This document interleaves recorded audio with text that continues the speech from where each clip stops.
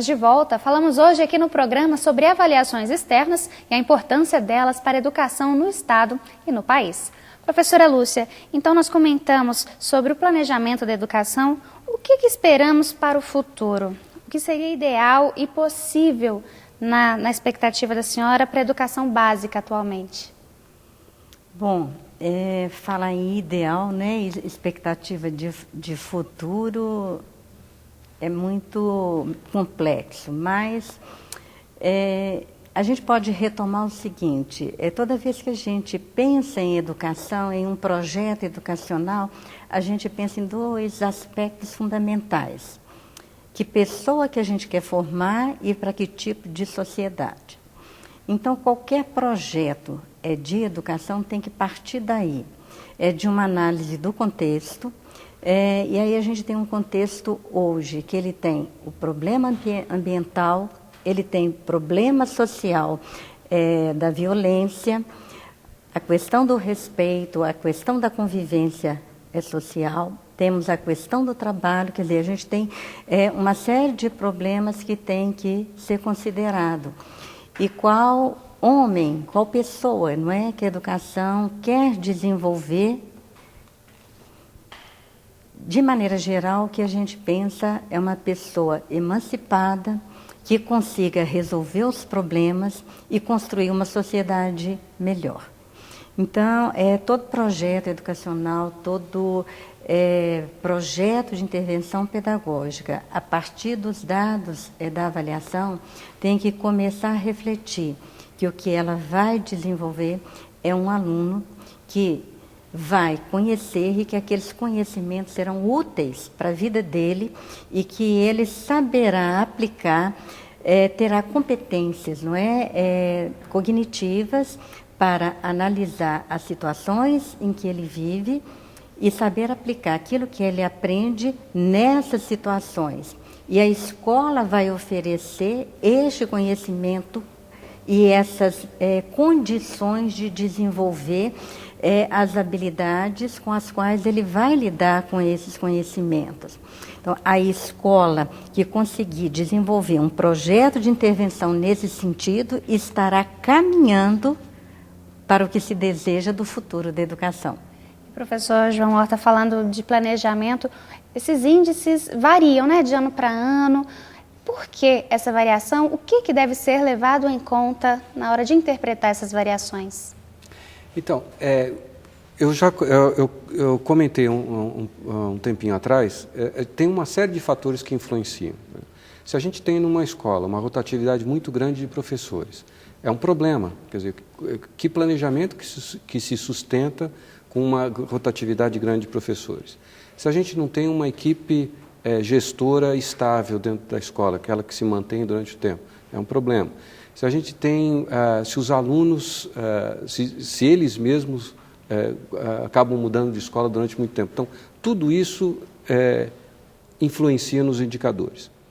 Mas, de alguma forma, ele vai mostrar, tanto para a sociedade como para a escola e para os gestores, qual é o rumo, em que rumo que esse processo está seguindo. E é importante acompanhar isso. Então, ao longo do tempo, se a gente vem acompanhando que no conjunto das escolas, sem olhar para elas individualmente, mas no conjunto das escolas, está havendo um progresso, isso é uma coisa boa. Depois de ver esse conjunto, se a gente consegue identificar escolas onde tem, por exemplo, uma grande variação de subidas e descidas, é uma escola que provavelmente precisa de ajuda. Uma escola que tem constantemente exibido problema nesses indicadores, é uma escola que precisa de ajuda. E essa ajuda ela tem que vir de forma efetiva. Não adianta, para mim, pouco adianta a punição, pouco adianta a premiação. Se existe um problema, esse problema tem que ser avaliado, tem que ser visto qual é e tem que se encontrar a melhor forma de superar esse problema.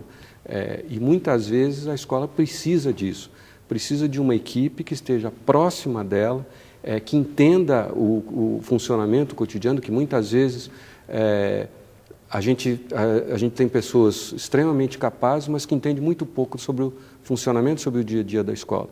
E a gente precisa de pessoas assim para poder ajudar essa equipe a superar os seus problemas. Então a gente busca, de certa forma, esse equilíbrio, né, entre as escolas diferentes, as diferenças entre regiões, mas como conseguir conquistar essa harmonia?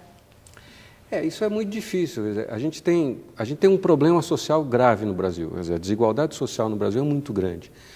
Você tem, entre turmas, você tem grandes diferenças nos indicadores educacionais, entre escolas você tem grandes diferenças nos indicadores educacionais. Então, esse é um problema de fundo importante. É lógico que a gente não pode, com isso, dizer, olha, isso sempre será assim e não é possível que a educação consiga, pelo menos, minorar uma parte desses problemas sociais. Agora, é um processo longo, que a gente vem tentando, pelo menos no caso do Brasil, há mais de 20 anos, tentando achar uma saída.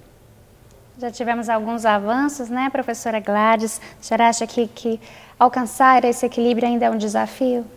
Com certeza. Eu penso que a gente está num momento também de reconcepção, não só de compreensão das possibilidades e limites da avaliação externa, que é o nosso tema aqui hoje, mas num momento muito importante de reconcepção da própria escola.